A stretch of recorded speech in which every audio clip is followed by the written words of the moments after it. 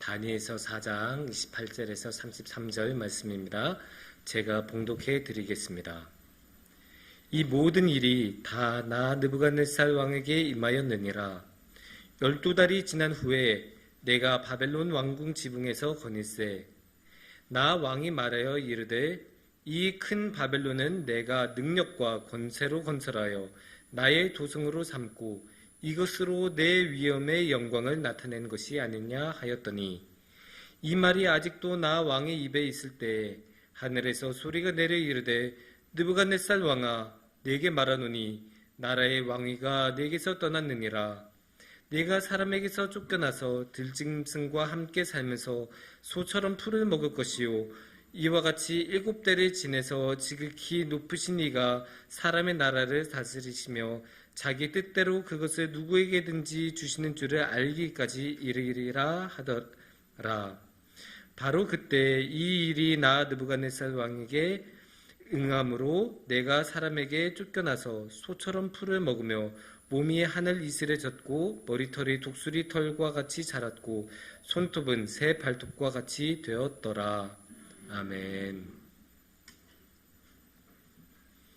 안녕하세요, 성도님들. 오늘도 함께 말씀 나누고 함께 주님의 시간을 나눌 수 있어서 참으로 기쁘고 감사합니다. 성도님들, 오늘은 무슨 날이죠? 맞습니다. 오늘은 맥주 감사절이죠. 맥주 감사 주일이다 보니까 당연히 우리가 마음속에 떠오르는 게 무엇이겠습니까? 감사입니다. 그리고 지난 반년 동안 이 2024년의 반년을 생각하면 참으로 주님께서 우리를 많이 도와주시고 지켜주셨구나라는 것을 절로 실감하게 되고, 뒤돌아보면 뒤돌아볼수록 감사를 드릴 수밖에 없는 우리의 마음이 생각이 듭니다. 그런데 우리한테는 이렇게 감사가 중요한데 절대로 감사를 하지 않는 사람들이 있습니다. 어떤 사람들일까요? 교만한 사람은 절대로 감사하지 않아요. 감사하면 당연히 이게 허리도 숙이고 고개도 숙이면서 감사합니다 하는 게 당연한 건데, 교만한 사람들은 딱 뻣뻣하게 이렇게 있는 사람이 어떻게 숙이면서 감사하다는 표현을 하겠습니까? 그런 일은 일어나지 않아요. 그러니까 이 교만을 피하는 게 우리한테는 굉장히 중요해요. 당연하죠. 우리는 신앙인으로서 당연히 감사를 해야 되고, 또 성경에서 주님께서 감사하는 것을 원하시는데 교만하면 감사할 수가 없잖아요. 그러니까 우리는 당연히 교만을 피해야 합니다. 그래야 우리가 감사도 하고 주님께 잘 나아갈 수 있으니까요. 그렇다면 우리가 이 교만을 피하기 위해서는 일단 교만이 무엇인지 잘 아는 것이 중요할 것입니다. 그래서 이 시간에는 오늘의 말씀을 통해서 교만이 무엇인지에 대해 함께 생각해보는 시간을 가졌으면 좋겠습니다. 오늘의 말씀은 다니엘서 말씀입니다. 다니엘서의 4장 말씀이에요. 다니엘서인데 오늘의 말씀에서는 다니엘이 등장하지 않습니다. 오늘의 말씀의 핵심 인물은 느부갓네살이에요. 느부갓네살은 왕이었습니다. 근데 이스라엘의 왕은 아니고 바빌론이라는 나라의 왕이었어요. 바빌론은 굉장히 큰 나라였어요. 이스라엘은 비교도 되지 않을 정도로 땅도 크고 군사력도 강한 나라였죠. 지금으로 치면 이 이란 땅에 있는 나라였는데, 유프라테스 강하고 티그리스 강, 이 두 개의 강이 쫙 있다 보니까 그것 덕분에 농업 생산량이 굉장히 좋았던 나라예요. 농업이 잘 되니까 인구도 많고, 먹을 게 많으니까 인구도 많고, 인구도 많고 농업도 잘 되니까 경제력도 아주 좋고, 경제력이 좋다 보니까 군사력도 강한 그런 나라였어요. 그래서 이 느부갓네살의 시대에서는 이 지역, 옆에 지역 다 다스리던, 다 지배하던 그런 아주 강대했던 강대국이었습니다. 그런 강대국의 그 시대에서 가장 강했던 나라의 가장 높은 지위에 있는 사람, 왕, 그게 바로 느부갓네살이었어요. 이 느부갓네살을 가지고 이야기가 시작이 되는데 29절 말씀을 보면 이렇게 나오죠. 29절 말씀에서는 12달이 지난 후에 내가 바벨론 왕궁 지붕에서 거닐세, 이렇게 나옵니다. 여기서 이 내가가 누군지가 중요하겠죠. 28절을 보면 그게 나와요. 28절을 보면 이 모든 일이 다 나 느부갓네살 왕에게 임하였느니라. 그러니까 여기서 나는 누구겠어요? 느부갓네살 왕이에요. 다시 28절로 돌아가면 29절로 돌아가면 그 느부갓네살이 어디에 있다고요 지금? 왕궁의 지붕에 있어요. 이거 자체는 사실 특별한 게 아니에요. 왕이니까 당연히 왕궁에서 지내고 왕궁에서 지내다 보면 지붕에 올라갈 수도 있겠죠. 우리도 살다 보면 뭐 집에 옥상에 올라가기도 하잖아요. 뭐 그게 특별한 건 아니죠. 우리는 우리 집에 옥상에 올라가고 왕은 왕궁의 옥상에 올라가고. 그래서 이 지붕에서 이렇게 딱 올라가서 뭐 여기까지는 굉장히 평범하고 일상적인 일이에요. 그 다음에 어떻게 될까요? 30절 말씀을 보면 이렇게 진행이 됩니다. 나 왕이 말하여 이르되 이 큰 바벨론은 내가 능력과 권세로 건설하여 나의 도성으로 삼고 이것으로 내 위엄의 영광을 나타낸 것이 아니냐 하였더니. 그렇게 이제 딱 보면서 이제 왕궁 지붕에서 이 모든 것을 보면서 감성이 전 거예요. 아, 이게 내가 해낸 것이구나. 여기서 우리가 알면 좋은 게 왕궁이 아무데나 짓지는 않아요. 특히 이 시절에 이 지역에 있는 왕궁은 그 지역에서 가장 높은 곳의 왕궁이에요. 사실 이거는 어쩌면 당연한 거예요. 왜냐? 외국 군대가 이게 쳐들어왔을 때, 침략을 했을 때 만약에 왕궁이 낮은 곳에 있으면 더 높은 곳에 올라가서 화살을 쏘거나 공격에 해오면 침략하기가, 정복하기가 너무나 쉽잖아요. 점령하기가 너무나 쉬우니까 왕궁은 항상 그 지역에서 가장 높은 곳에 지어요. 그러면 이 바벨론에서도 가장 높은 곳에서 지었을 텐데 느부갓네살 왕이 그런 가장 높은 왕궁에 가장 높은 지붕에 올라갔다. 그거는 어떻게 될까요? 그 동네가 쫙 다 보였다는 거죠. 우리도 서울에서 남산타워에 올라가면 다 보이죠? 하다못해 우리는 남산타워까지 갈 것도 없어요. 한신 아파트만 가도 서울 지역 웬만한 거 쫙 다 보여요. 롯데타워도 보이고 자기 도성도 보이고 웬만한 거 다 보이죠. 그러니까 쉽게 말해서 광경이 아주 좋죠. 뷰가 좋다고 하죠. 그러니까 이 뷰를 즐기면서 이제 딱 생각하니까 아이고 그래 내가 이거 해냈지. 감성이 전 거예요. 그런데 이 느부갓네살 왕은 그럴만해요. 왜냐? 느부갓네살 왕은 그냥 왕이 아니에요. 그냥 자신의 선대왕이 물려준 땅을 그냥 받아들인 그런 왕이 아니에요. 이 사람은 정복군주였어요.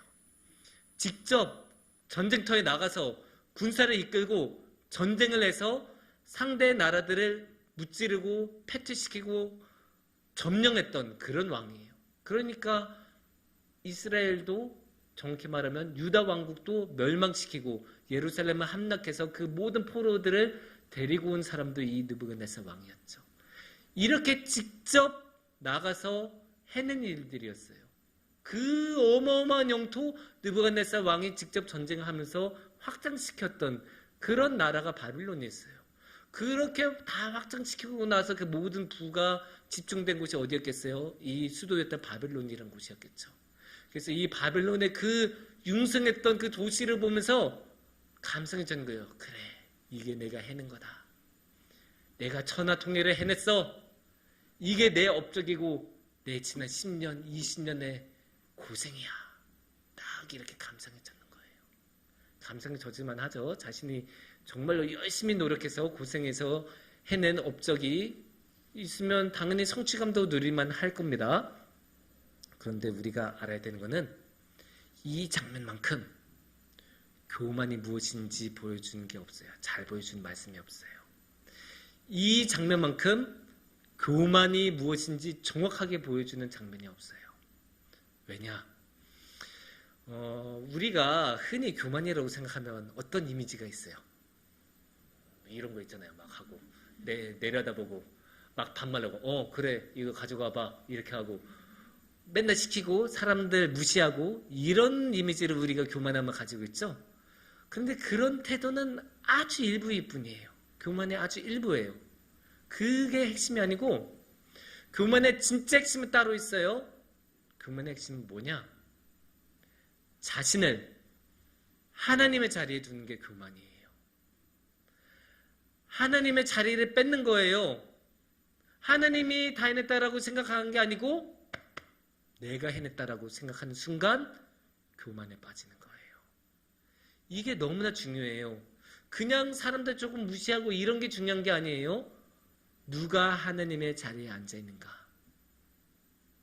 물론 우리가 우리 자신의 하나님이라고 여기는 경우는 거의 없어요. 웬만하면 없어요. 하지만 우리가 우리 자신의 마음의 중심에 하나님을 두지 않고 자기 자신을 두는 순간 그때는 우리가 우리 자신의 하나님이 되는 거예요. 그때는 우리가 하나님의 자리를 빼앗는 거예요.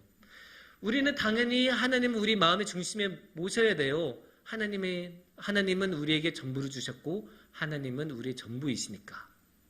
하지만 우리가 하나님께 자리를 내어드리지 않고 우리가 우리 마음의 중심에 들어서고 우리 자신의 목적으로 여기는 순간 하나님은 수단이 되고 하나님은 하나님이 아니게 되고 우리 자신이 하나님보다 더 중요한 그런 사람이 되는 거죠.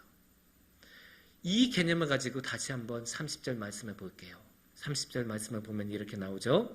나 왕이 말하여 이르되 이 큰 바벨론은 내가 능력과 권세로 건설하여 나의 도성으로 삼고 이것으로 내 위엄의 영광을 나타낸 것이 아니냐 하였더니 누가 했다고 해요?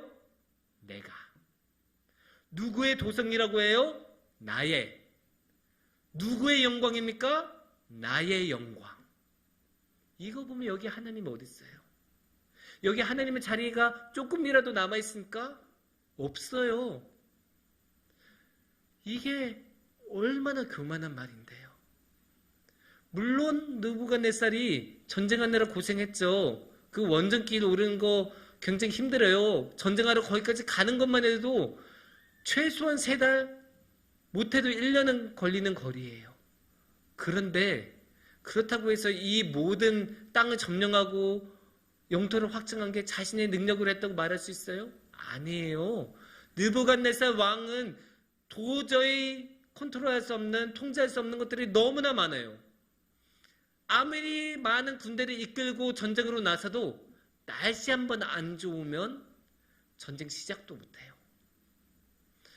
전쟁을 시작하기도 전에 전염병 한번 돌면 병력이 반 이상 죽고 시작하는 거예요.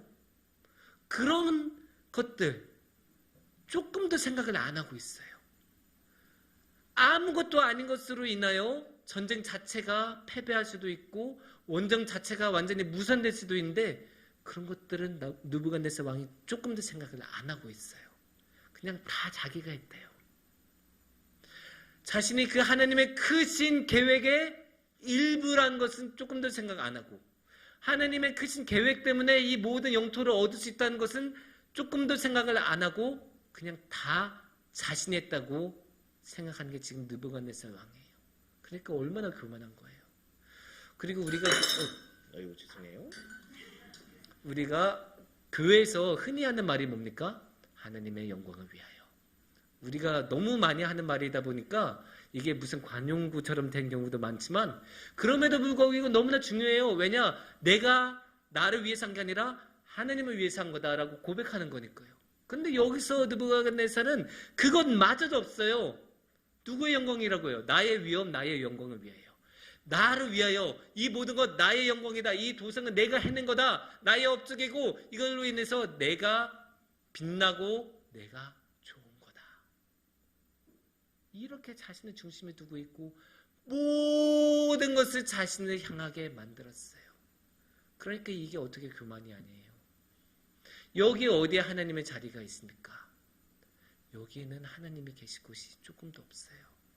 그러니까 이거는 하나님 앞에서 교만하다고 말할 수밖에 없어요.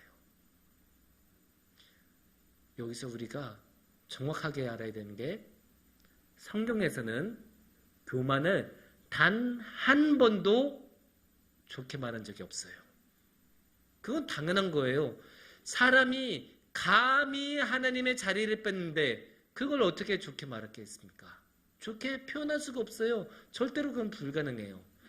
그러니까 하나님은 사람의 교만을 절대로 용납하지 않으세요. 그래서 어떻게 반응하시냐? 여기 보면 31절 말씀을 보면 알 수 있습니다. 31절에서는 이렇게 나오죠.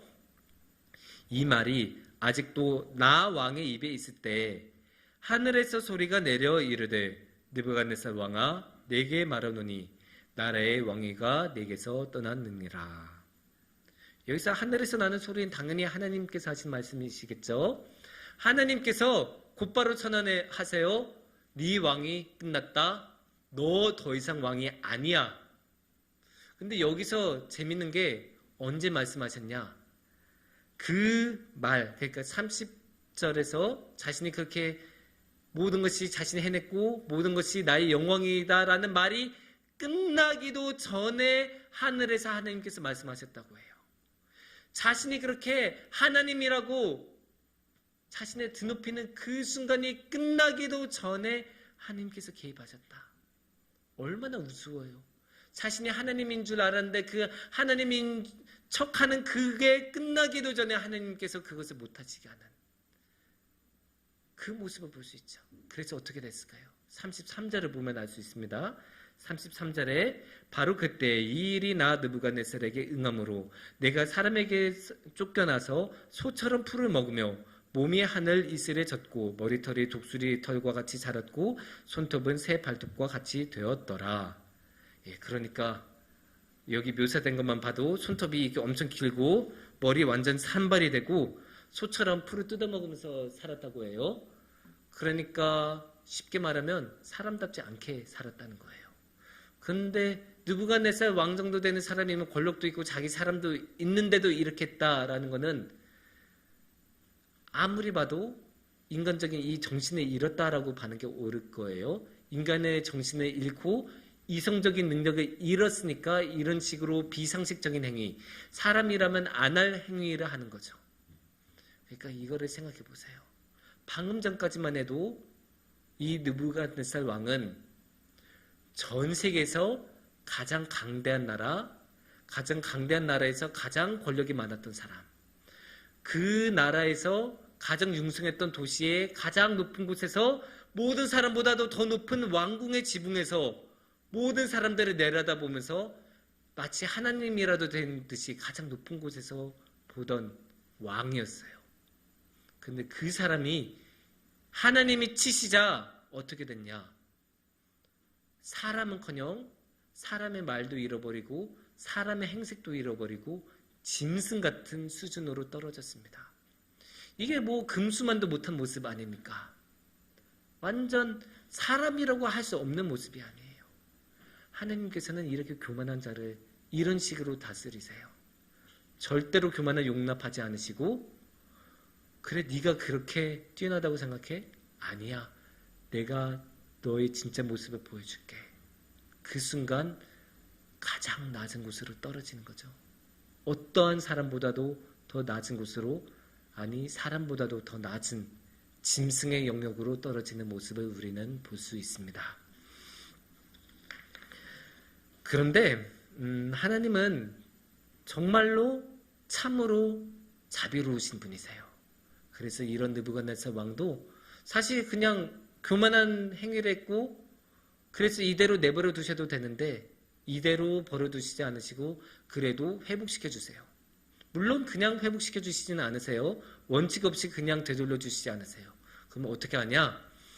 32절을 보시면 이렇게 나옵니다. 32절에 중간부터 보시면 지극히 높으신 이가 사람의 나라를 다스리시며 자기 뜻대로 그것을 누구에든지 주시는 줄을 알기까지 이르리라. 죄송합니다. 조금 잘렸네요. 뒤에.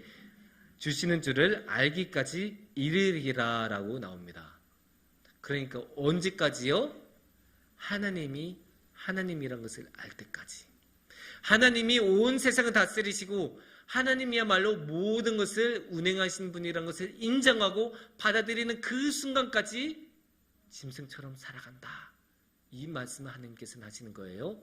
그러니까 여기서 하나님께서 원하시는 게 무엇인지 알 수 있어요. 하나님이 하나님이란 것을 알고 하나님을 하나님으로 모시는 것. 자신을 중심에 두는 게 아니고 하나님을 우리의 중심에 두는 것. 이것을 하나님께서 원하시는 일입니다. 너무나 간단한 일이고 너무나 당연한 일이에요. 하나님이 우리에게 모든 것을 주신 분이고 하나님이 우리를 살 수 있게 해주신 분인데 그러면 당연히 하나님을 우리 마음의 중심으로 여기고 하나님을 하나님으로 여겨야겠죠. 그런데 그게 생각보다 그렇게 쉽지 않아요. 우리는 우리 자신을 너무나 사랑하고 우리 자신을 높이는 일은 너무 달콤해요. 그래서 거기에 너무 쉽게 빠져요.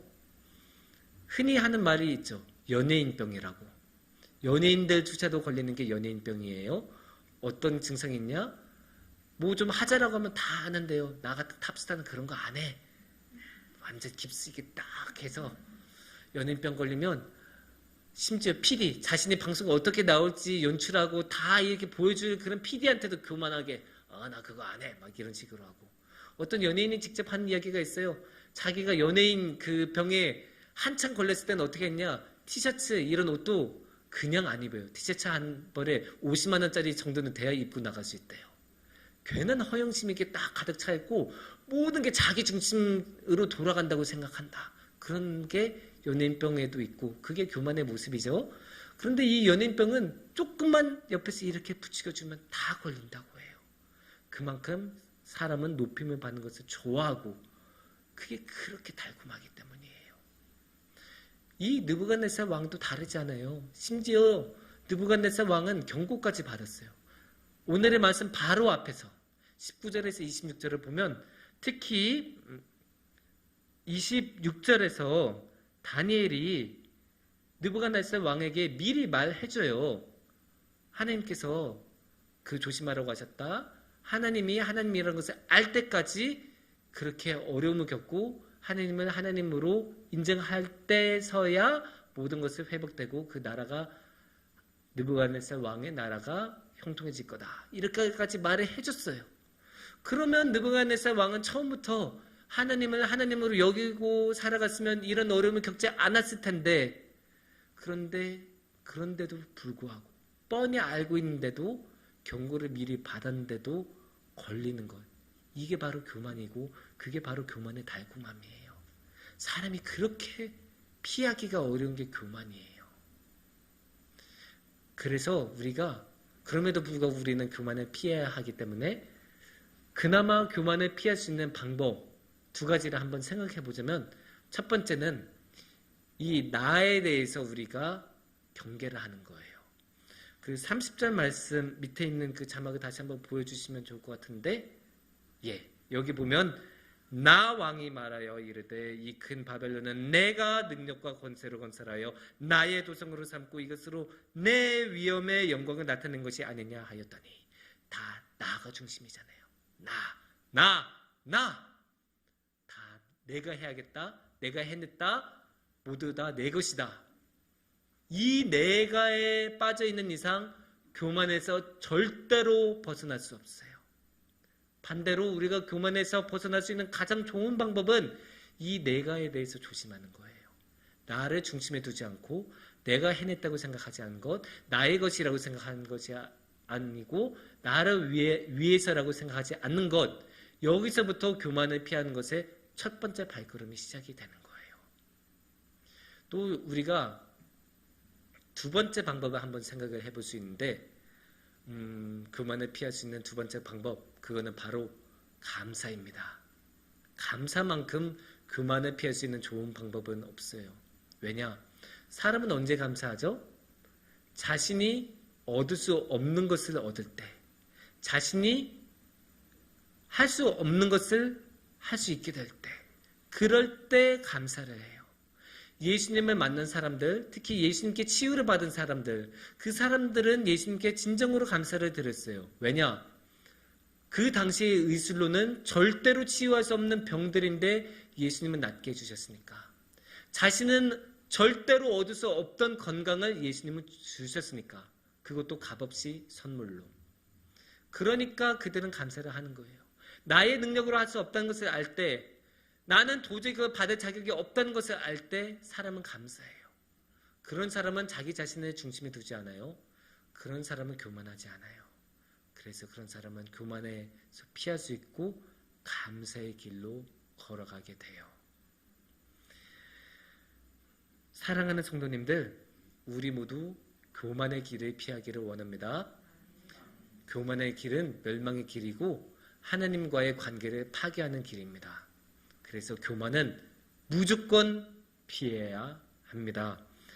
그래서 우리는 그 대신에 항상 겸손하게, 항상 감사하면서 지냈으면 좋겠습니다.